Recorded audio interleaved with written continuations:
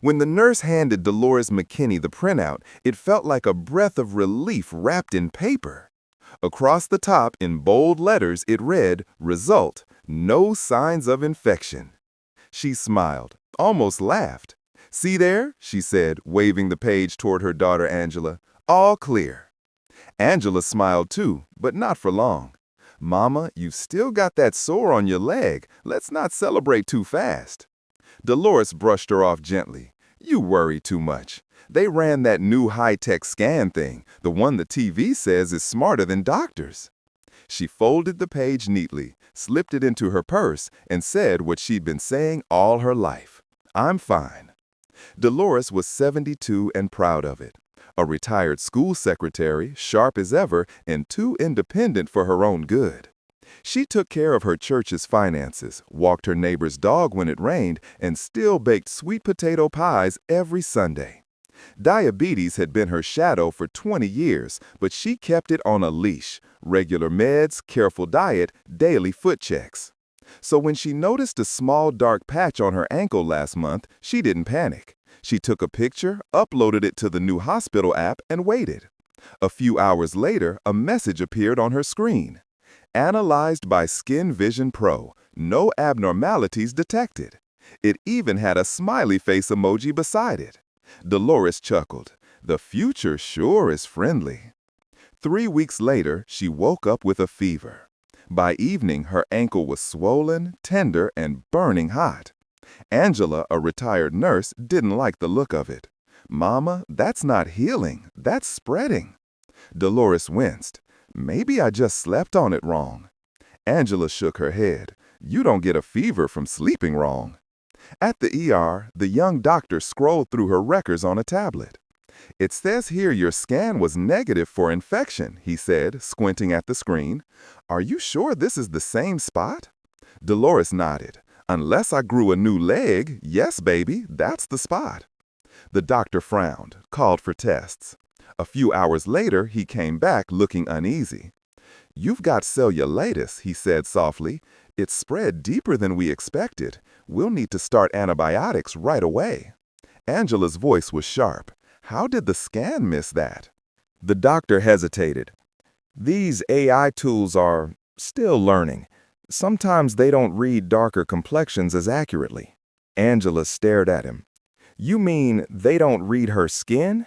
He nodded quietly. "That's one way to put it." 2 days later, Delores lay in her hospital bed, IV dripping beside her, the "all clear" printout resting on the nightstand. She kept glancing at it, that smiling emoji mocking her from the corner. "I trusted it," she murmured. "I trusted that thing because it looked official." Angela squeezed her hand. "You're not the one who messed up, Mama. The system did." Delores sighed. "Same thing my generation's been hearing for 60 years. System doesn't work for us." A week into recovery, the infection finally started to fade. The doctor came by again, apologetic. "We reviewed your scan. The software graded it as low confidence, but still labeled it negative. The model wasn't trained well on darker skin tones." Delores tilted her head. "So the machine got confused because I'm brown?" He hesitated. "That's one way to put it." Angela spoke up. "You mean it wasn't built to see her properly?" The doctor nodded. "Yes, ma'am. That's closer to the truth." That night, Angela couldn't sleep. She sat in the hospital chair, scrolling through her phone, reading everything she could find about the Skin Vision Pro system. One sentence from a medical journal made her heart drop. "Current AI diagnostic models in dermatology underperform by up to 40% on dark skin due to limited representation in training data." She whispered, "So it's not just Mama." Delores stirred. "Not just me what?" Angela held her hand. "Not just you they can't see, Mama. It's a whole lot of folks." Delores smiled weakly. "Then maybe they need new glasses." 2 weeks later, when Delores was discharged, she insisted on walking out of the hospital herself. She stopped by the poster in the lobby that showed a smiling woman and the slogan, "Trust AI, trust accuracy." Delores leaned on her cane and said softly, Trust humanity first. Angela smiled. Say that louder next time. Delores winked. Oh, I plan to. Delores McKinney didn't set out to start a fight. She just wanted an honest diagnosis. But her all clear revealed something much bigger. A system built to save lives that had never learned to recognize all of them. Her story was about more than one missed infection. It was about what happens when technology sees some people clearly and others not at all. Next, Angela starts asking questions. How does this technology actually see skin? And why were people who looked like her mother never part of the picture? When the nurse handed Delores McKinney the printout, it felt like a breath of relief wrapped in paper. Across the top in bold letters, it read, "Result, no signs of infection." She smiled, almost laughed. "See there," she said, waving the page toward her daughter Angela, "all clear." Angela smiled too, but not for long. "Mama, you've still got that sore on your leg. Let's not celebrate too fast." Delores brushed her off gently. "You worry too much. They ran that new high-tech scan thing, the one the TV says is smarter than doctors." She folded the page neatly, slipped it into her purse, and said what she'd been saying all her life. "I'm fine." Delores was 72 and proud of it. A retired school secretary, sharp as ever, and too independent for her own good. She took care of her church's finances, walked her neighbor's dog when it rained, and still baked sweet potato pies every Sunday. Diabetes had been her shadow for 20 years, but she kept it on a leash. Regular meds, careful diet, daily foot checks. So when she noticed a small dark patch on her ankle last month, she didn't panic. She took a picture, uploaded it to the new hospital app, and waited. A few hours later, a message appeared on her screen. Analyzed by Skin Vision Pro, no abnormalities detected. It even had a smiley face emoji beside it. Delores chuckled. The future sure is friendly. 3 weeks later, she woke up with a fever. By evening, her ankle was swollen, tender, and burning hot. Angela, a retired nurse, didn't like the look of it. "Mama, that's not healing, that's spreading." Delores winced. "Maybe I just slept on it wrong." Angela shook her head. "You don't get a fever from sleeping wrong." At the ER, the young doctor scrolled through her records on a tablet. "It says here your scan was negative for infection," he said, squinting at the screen. "Are you sure this is the same spot?" Delores nodded. "Unless I grew a new leg? Yes, baby, that's the spot." The doctor frowned, called for tests. A few hours later, he came back looking uneasy. "You've got cellulitis," he said softly. "It's spread deeper than we expected. We'll need to start antibiotics right away." Angela's voice was sharp. "How did the scan miss that?" The doctor hesitated. "These AI tools are still learning. Sometimes they don't read darker complexions as accurately." Angela stared at him. "You mean they don't read her skin?" He nodded quietly. "That's one way to put it." 2 days later, Delores lay in her hospital bed, IV dripping beside her, the all-clear printout resting on the nightstand.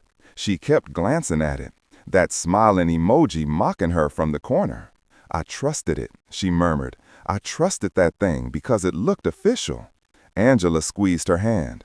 "You're not the one who messed up, Mama. The system did." Delores sighed.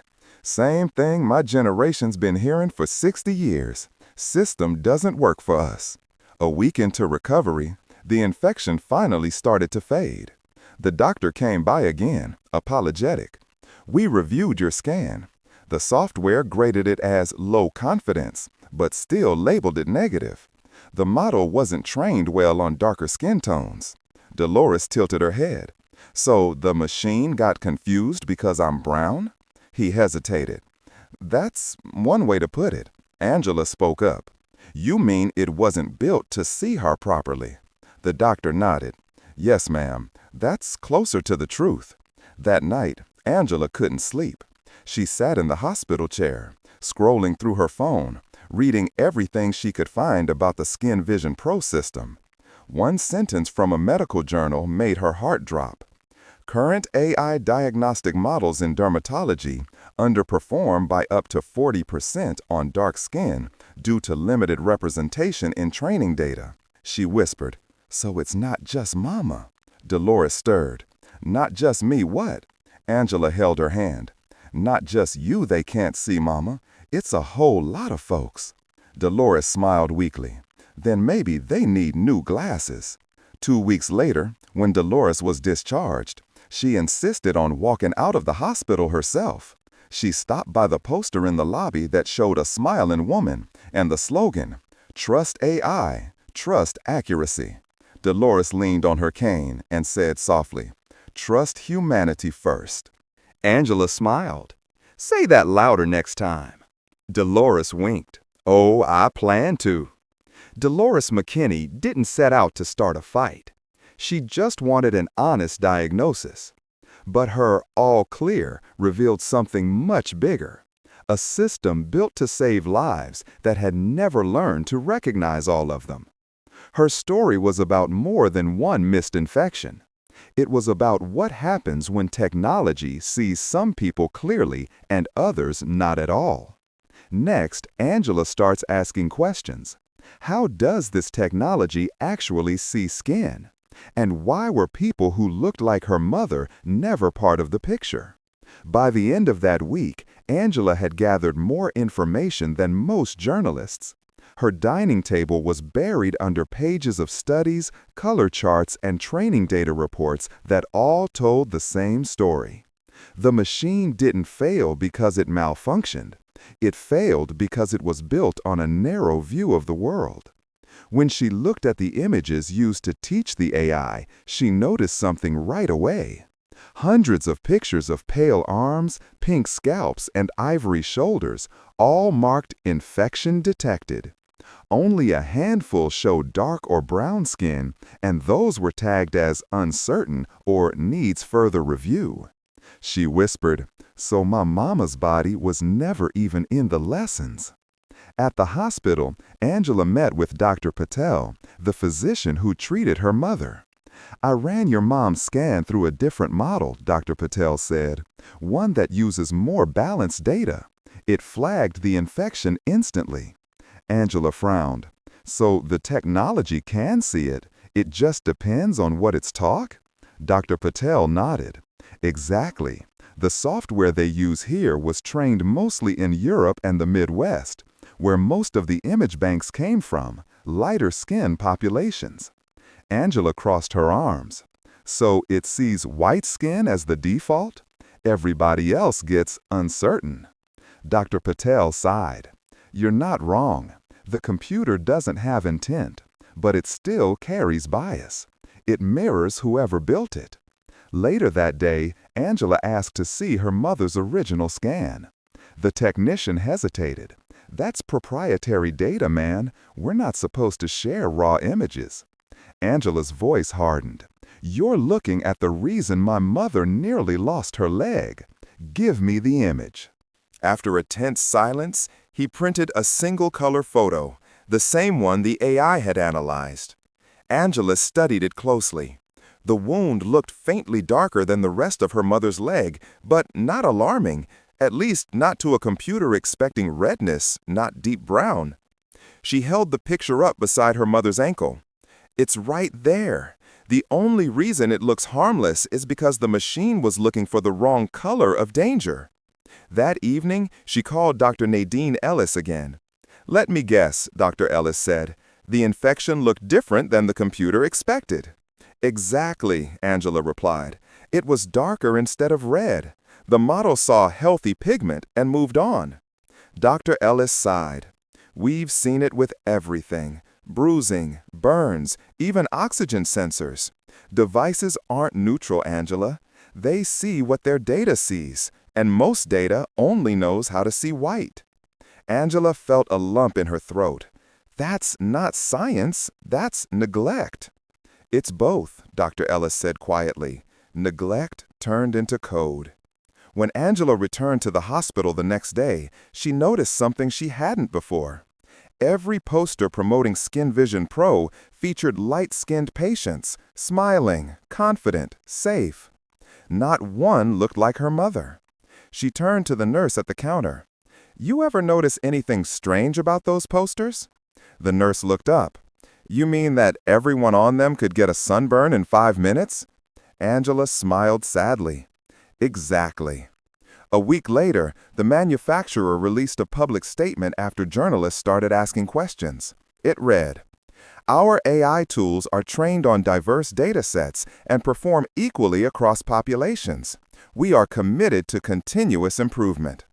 Angela read it twice. "Equally across populations," she muttered. "Then how come some of us keep almost dying?" She emailed the company demanding access to their accuracy data. 2 days later, an anonymous employee responded with a single screenshot of an internal dashboard. Light skin detection accuracy, 94%. Dark skin detection accuracy, 58%. Beneath it, a note, "Working as intended." Angela stared at the screen, her stomach twisting. "Intended?" she whispered. They knew. That night, she sat beside her mother in the living room. Delores was knitting a scarf, humming along to the radio.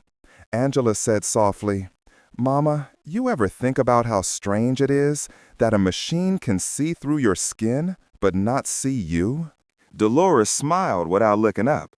"Baby, people been doing that for generations. The only difference is now it's got a fancy name." Angela laughed, but her eyes filled with tears. "I'm gonna fix this, Mama, not just for you, for all the folks that machine's been blind to." Delores squeezed her hand. "Then make it see us right." The machine didn't misdiagnose because it was stupid. It misdiagnosed because it was obedient, faithful to flawed data that had forgotten millions of bodies. Technology doesn't hate or care. It just reflects the world that built it.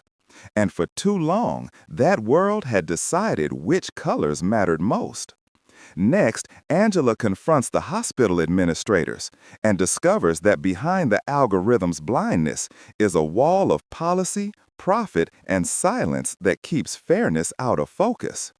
Angela had worked in hospitals long enough to know that every system has two languages, the one they speak in public and the one they whisper behind closed doors.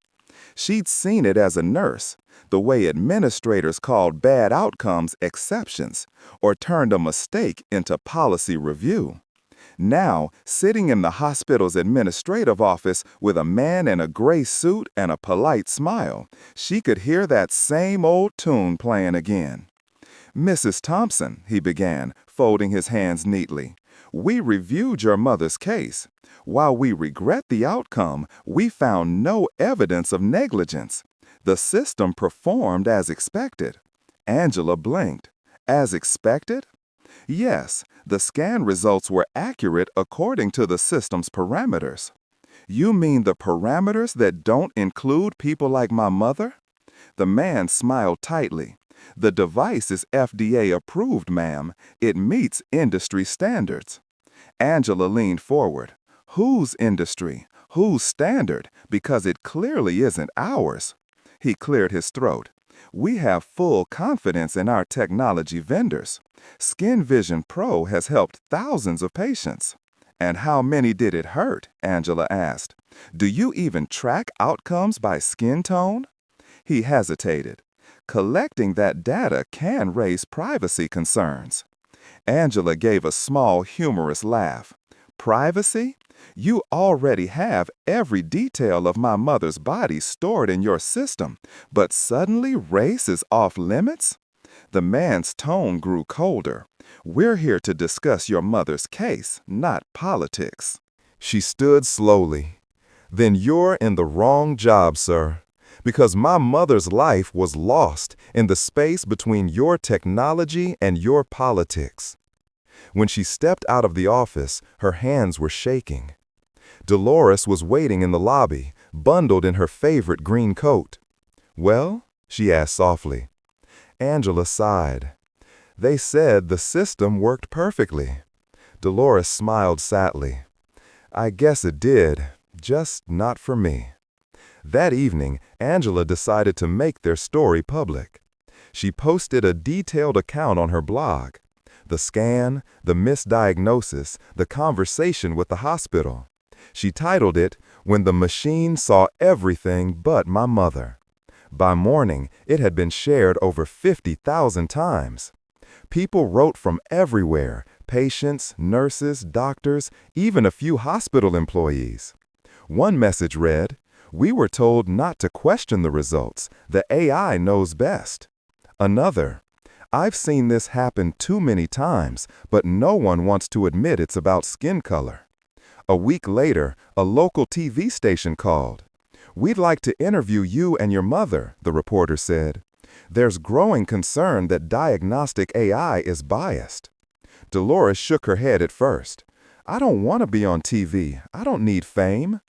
Angela smiled gently. "It's not fame, Mama. It's proof." So they went. Under the bright studio lights, Angela told their story in plain words. "The system didn't see infection on my mother's leg because her skin was darker than the pictures it learned from. That's not a glitch. That's neglect written in code." Delores added softly, "I don't want revenge. I just want to make sure the next grandma doesn't get an all clear that sends her to the hospital." When the interview aired, the response was overwhelming. Hospitals across the state began fielding calls from patients asking if their scans were AI or human. But the pushback came just as quickly. A Skin Vision Pro spokesperson released a statement. "Our software performs equally across all patient demographics. Any isolated incidents are due to improper use or environmental factors." Angela read it on her phone and muttered, "Environmental factors? Like melanin?" Days later, she received a call from a hospital board member. "Mrs. Thompson, the administration believes your public comments may discourage trust in medical innovation." Angela took a long breath. "You're worried about trust? My mother almost died because of misplaced trust. You should be worrying about truth." The line went silent. That evening, she found her mother sitting on the porch, looking at the sunset. "Baby," Delores said, "you're stirring up a hornet's nest." "I know," Angela replied, "but this time, the hornets deserve it." Delores smiled. "You've got my stubborn streak. I should have named you Justice." For years, hospitals treated bias as a matter of public relations, not patient safety. Now, the headlines were different. People were asking what the standard of care meant when the standard itself was flawed. The machine's blindness had forced medicine to face an uncomfortable truth. You can't call it progress if it only works for some. That night, Angela wrote in her notebook. They called it innovation. But innovation without inclusion is just repetition, faster, colder, and dressed in code. Next, Angela traces the paper trail, uncovering the internal documents proving the company knew about the accuracy gap years before it reached her mother's skin. The email arrived late on a Thursday night. The subject line read, "For your eyes only." Angela hesitated before clicking it. She'd already learned that truth in medicine usually came wrapped in secrecy. Inside was a single line. They knew. Check page 47. Attached was a document labeled Skin Vision Pro Internal Accuracy Review Confidential. She scrolled through the pages, her heart pounding harder with each line she read. Charts, tables, and bar graphs, all cold, clinical, and devastating. Detection rate, light skin 93%, medium skin 82%, dark skin 57%. Issue known since beta testing. She whispered, 57%. They knew. The next morning, she printed the report and took it straight to Dr. Patel. He flipped through the pages, his eyes widening. "This is the manufacturer's internal document. We were never shown this." "You mean you've been using a system that fails half the time on darker skin and no one told you?" He shook his head. Hospitals trust the FDA label. We assumed the testing was equal. Angela sighed. Assumptions don't heal people, doctor. Later that afternoon, Angela showed the report to her mother at the kitchen table. Delores leaned over the pages, tracing the printed words with her finger. Known issue, she read aloud. They knew and still put it in hospitals?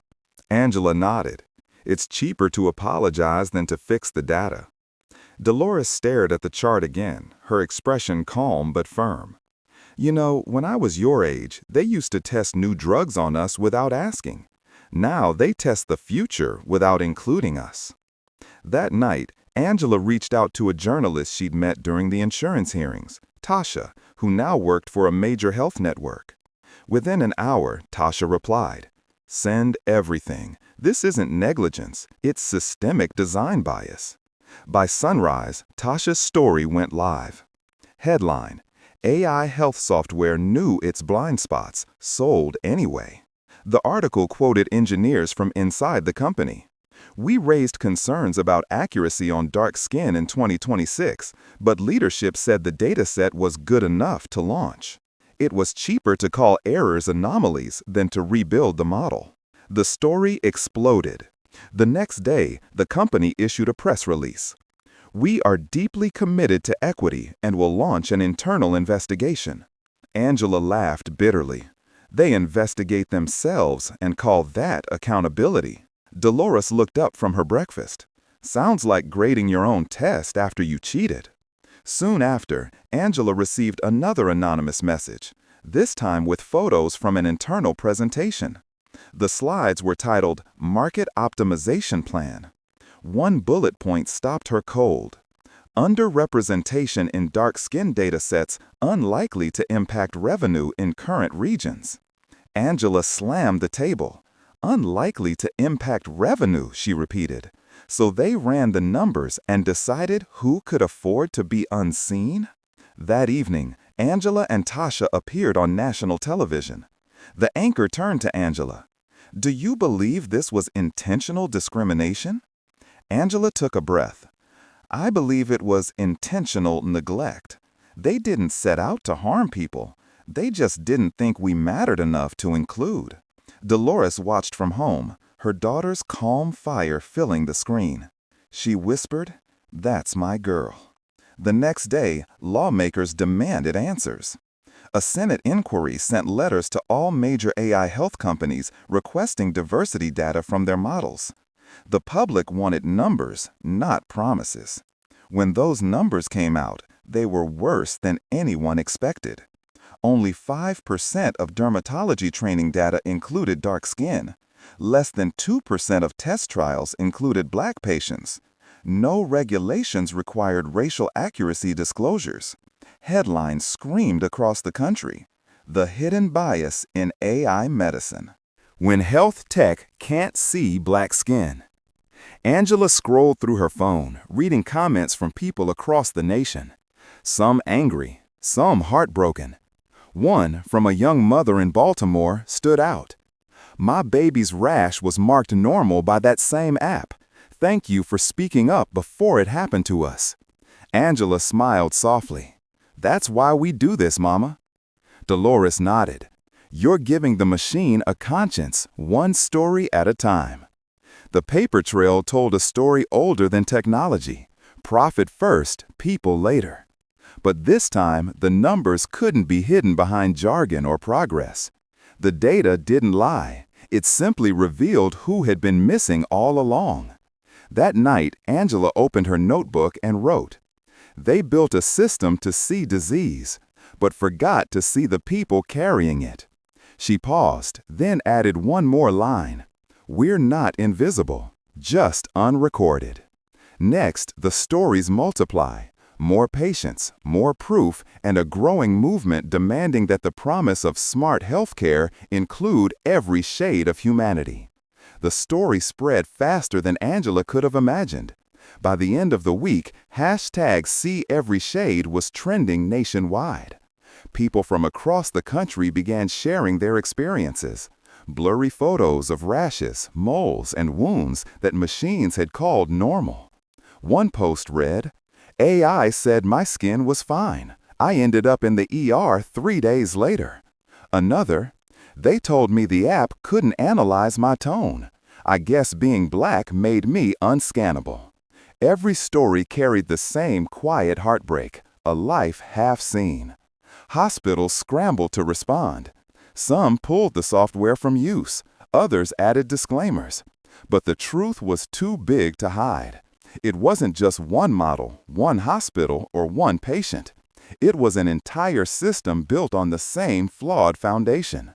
Angela sat at her kitchen table, reading emails late into the night. Doctors, nurses, and even engineers were reaching out privately. One message came from a radiology technician in Chicago. We've known for years that our imaging AI underperforms on darker skin. We were told to keep quiet. Management said it wasn't statistically significant. Another came from a young data scientist. I worked on one of those data sets. We used stock images to fill diversity quotas because real data wasn't available. It made me sick.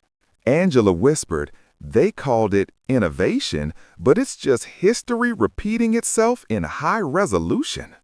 Meanwhile, Delores had become something of a local celebrity. At church, people came up to her with hugs and stories. Miss McKinney, one woman said, showing her arm, my son's eczema got misdiagnosed by one of them apps too. He's only 7. Delores smiled gently. Tell that story loud, baby. They can't fix what they refuse to hear. When the national hearing was announced, Angela and her mother were invited to testify. The hearing room was crowded. Senators, cameras, doctors, and patients from every walk of life. A giant screen behind the panel displayed 2 images side by side. A pale arm with red blotches labeled infection detected, and a dark brown leg labeled normal. The contrast was enough to make the whole room shift uncomfortably in their seats. Angela stood, microphone steady. My mother almost died because a computer was blind to her color, she said. And she wasn't the first or the last. You call that progress? Her voice didn't shake once. Delores added softly, you can't build fairness on foundations that don't include everyone. The room erupted in applause, the kind that feels less like noise and more like permission. After the hearing, medical associations began releasing their own reports. The numbers were sobering. AI skin diagnostics missed 4 times more infections on dark skin than light skin. Pulse oximeters, the fingertip oxygen sensors, were overestimating oxygen levels in black patients by as much as 7%. Some hospitals quietly stopped using AI models altogether, returning to manual review.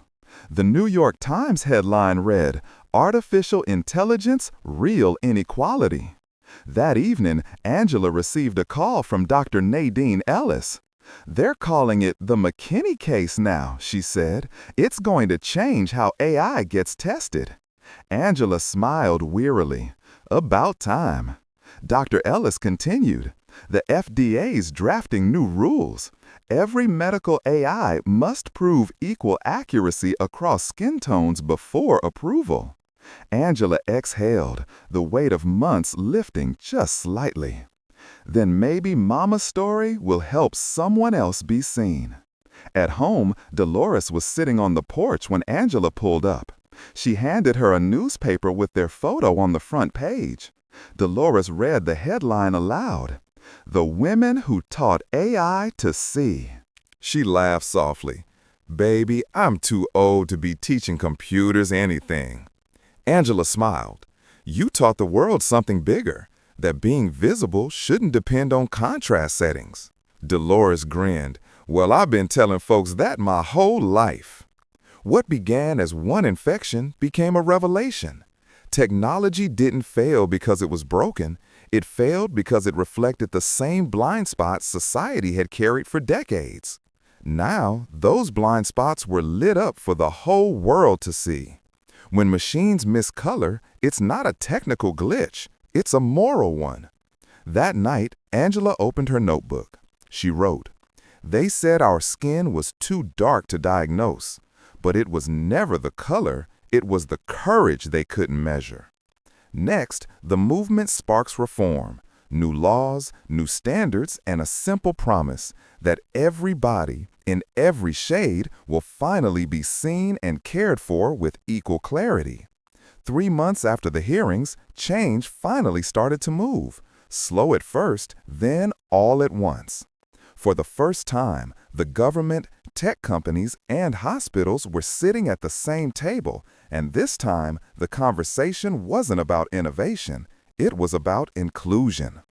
The new legislation was called the Visible Care Act, and right beneath the title, in smaller letters, it read, "The McKinney Amendment." When Angela saw the news release, she covered her mouth with her hand. "Mama, they named it after you." Delores chuckled from her recliner. "Lord, I can't even program my remote, and now I've got an amendment?" Angela smiled.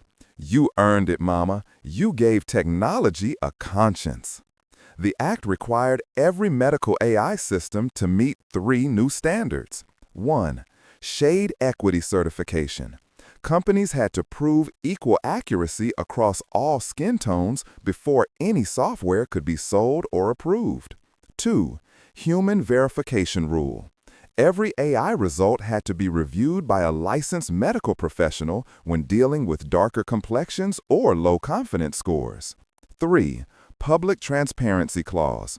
Each hospital was required to publish its algorithm's confidence rate by race, gender, and age.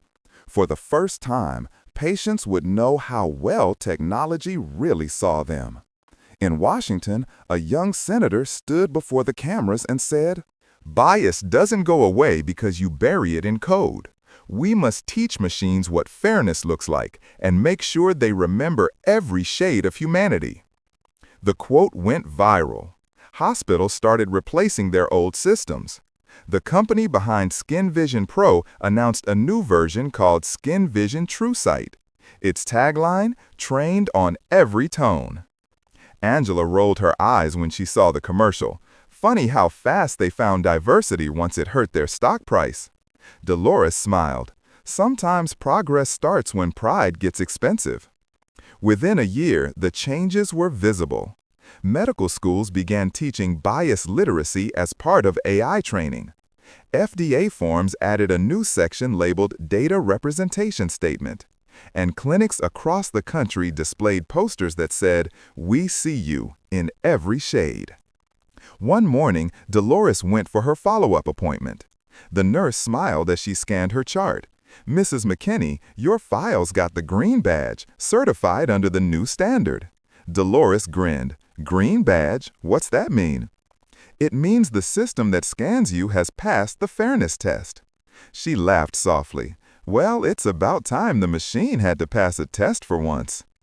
That afternoon, Angela was invited to speak at a university's ethics symposium. She stood at the podium before a crowd of doctors, engineers, and policy students. "My mother's case wasn't rare," she said plainly. "It was a mirror. Technology reflects its makers. If we don't put fairness in the foundation, no amount of coding can build it later." A young student raised his hand. "What can we do differently?" Angela smiled. "Start by asking who's missing. If your model, your test, or your picture doesn't include them, you're not doing science. You're doing segregation in pixels." The audience went silent, then erupted in applause. Back home, Delores watched the clip on her tablet. "That girl's got fire," she said proudly. "You'd think she was raised by a woman who's been correcting the world since 1951. Angela hugged her from behind. "You're the reason I keep talking." Delores laughed. "And you're the reason they're finally listening." A month later, the Visible Care Act passed unanimously in the Senate. Every news outlet carried the same line in bold. A law born from one misdiagnosis and one voice that refused to be ignored. Angela looked at her mother during the press conference. "You did it." Delores shook her head. "No, baby, we did it. all the ones who spoke up and all the ones who couldn't. The McKinney Amendment didn't just fix a flaw in code. It rewrote how medicine defines visibility, not as a technical feature, but as a moral duty. Because the first step to healing is being seen. The women who began with one all clear had turned silence into law and invisibility into a legacy. That night, as the two women sat watching the news, Angela opened her mother's old notebook and added one last entry beside her handwriting. Who can fix it? The ones who refuse to look away. Delores smiled. That'll preach, baby. Next, Delores steps into the role she never expected, teacher. She returns to the clinic not as a patient, but as a mentor, helping a new generation of nurses and engineers learn that fairness isn't a filter, it's a responsibility. 1 year later, the hospital lobby looked different. Gone were the shiny posters with pale faces smiling under slogans like "Trust AI, Trust Accuracy." In their place hung new banners. The McKinney Standard, every shade matters. Delores stood in front of one, cane in hand, smiling quietly to herself.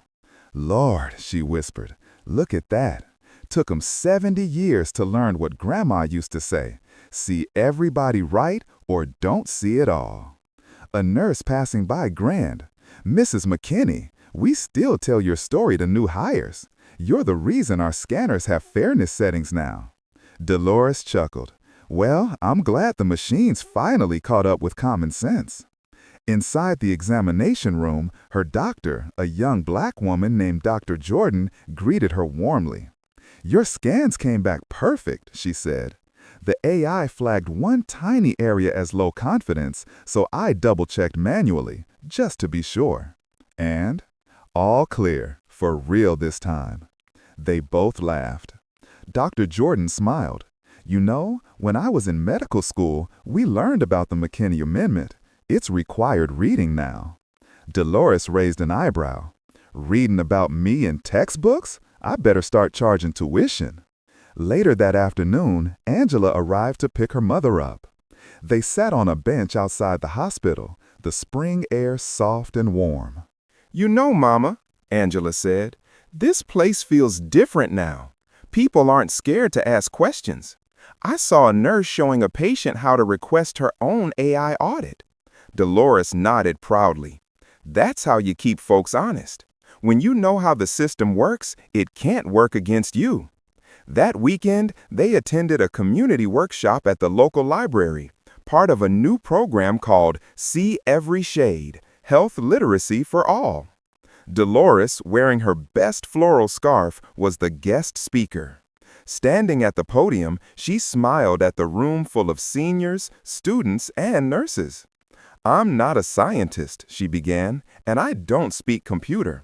But I do know what it feels like to be told you're fine when you're not.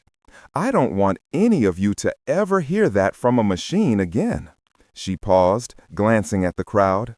These new systems are powerful, but power without perspective is dangerous. Don't be afraid to ask who trained the technology and who they trained it to see. The audience applauded softly, heads nodding, some wiping tears. After the talk, a young engineering student approached her. Mrs. McKinney, he said shyly, I'm building diagnostic tools for my senior project. Your story changed the way I think about code. Delores smiled. That's good, baby. Remember, when you write that code, you're not just building a program, you're building a promise. That night, back home, Angela found her mother sitting at the kitchen table again. That same spot where it had all started, with one printout marked "No signs of infection." The paper was long gone, but its ghost lived in the memory. What are you thinking about, Mama? Angela asked. Delores smiled softly. I'm thinking how strange it is that a machine couldn't see me, and now the whole world can. Angela reached for her hand. You turned being invisible into a legacy. Delores chuckled. Honey, I just made a little noise. You're the one who turned it into music. A few weeks later, the hospital hosted an event celebrating 1 year since the McKinney Amendment. They unveiled a small bronze plaque in the main hallway. It read, "In honor of Delores and Angela McKinney, who taught us that technology must see every patient as fully human." When the applause faded, Delores whispered to her daughter, "I used to walk through this building feeling unseen. Now I can't walk 5 feet without being waved at." Angela laughed. "That's what happens when you become history, Mama." Delores grinned. "I prefer legacy. History sounds too dusty." Delores McKinney never set out to change medicine. She just wanted her pain to be recognized. But her story became a mirror for a system that had to learn, at last, that fairness isn't an upgrade, it's a responsibility. The McKinney Amendment became more than a law. It became a lesson that healing begins with seeing and justice begins with care. The McKinney Amendment 2031, because no one should have to prove their color to receive care. If this story touched you, share it. Someone you love might still be waiting to be seen. Subscribe to Older Black Person Stories, When Data Meets Dignity, for more true stories of courage, compassion, and the people making technology human again.